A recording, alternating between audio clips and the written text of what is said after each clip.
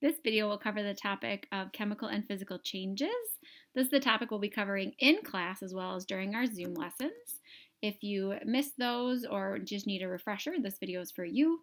There's a note sheet on Schoology that goes along with this video. It's there for you in order to organize yourself and take notes along the way.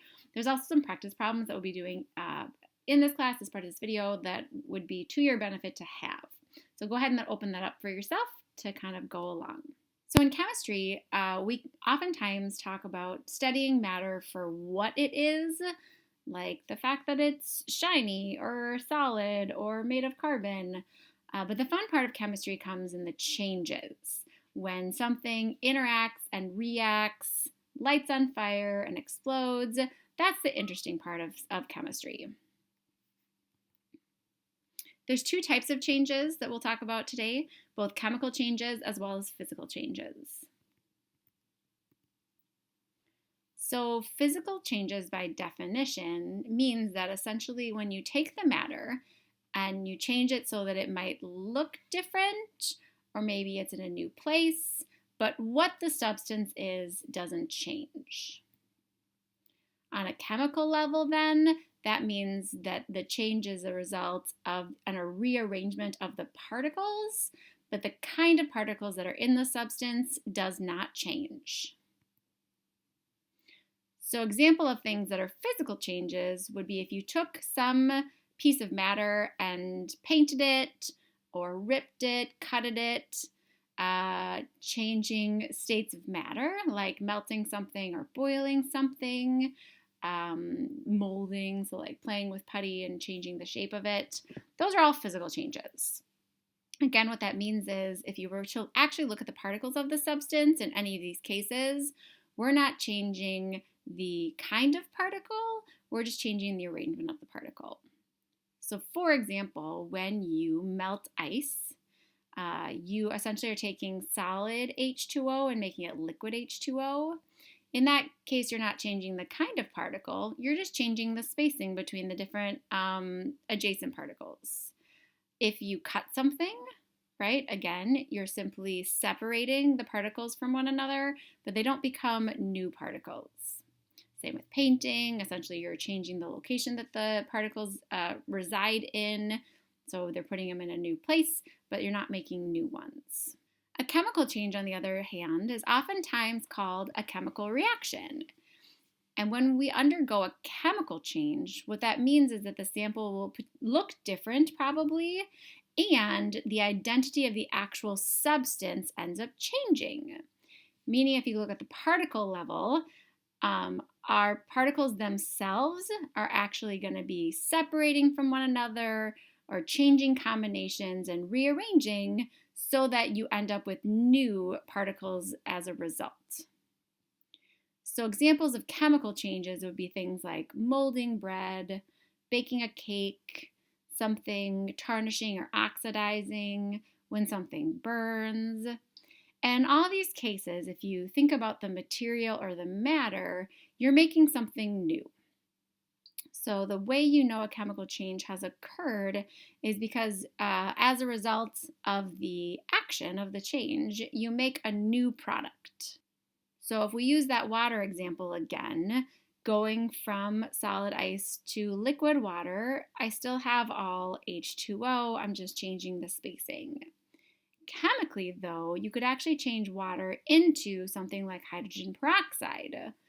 Both compounds are comprised solely of hydrogens and oxygens, but if you look at the difference, in water you have one oxygen and two hydrogens, and hydrogen peroxide you have two oxygens and two hydrogens. So you're actually changing the chemical structure of what the material is.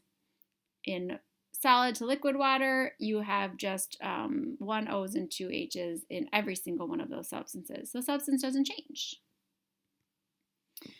As part of your note document, you have all of these potential questions of, given these examples, is this a chemical or a physical change?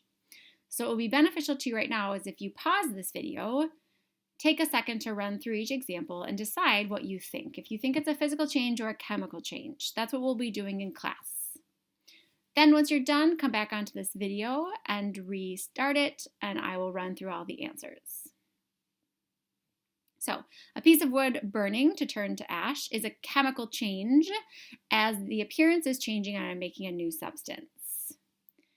Icicles forming on a roof is a physical change, considering the fact that those icicles were just, snow water that became solid water.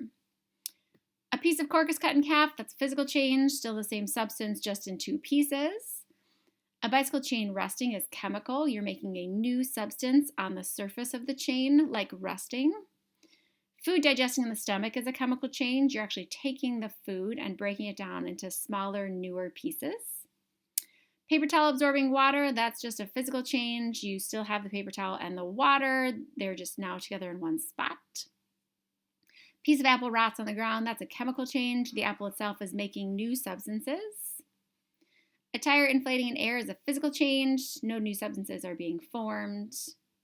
A plant turning sunlight and carbon dioxide into into sugar and oxygen is definitely chemical or making new substances. Sugar dissolving in water is physical. Any type of dissolving is considered physical. An egg turning into an omelet when cooked is chemical. Milk going sour is chemical. There's a new substance in there. It has a new smell. Popsicle melting is physical, and a match igniting or burning is chemical because you're making a new substance.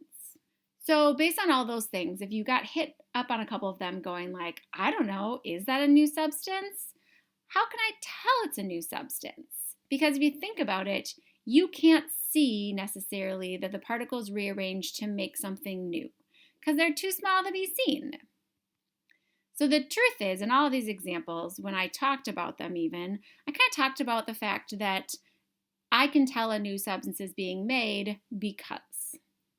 So when bread is molding, I can tell a new substance is being made because there's a new smell and a new color. So there are signs that a chemical reaction has happened because it's too small for you to see the particles themselves actually recombining. Signs a chemical reaction has occurred is that if you see a change occur and there's an unexpected color change, that means the particles rearrange themselves. Now, by unexpected, what I mean is outside the normal artistic color wheel. If red and yellow particles come together to make orange, that's not a chemical change. But the fact that as you cook your egg, the totally transparent, see-through yolk or egg whites turn into no longer see-through white substance, that is an unexpected color change. That is not something we would necessarily expect to happen in relation to pigment mixing.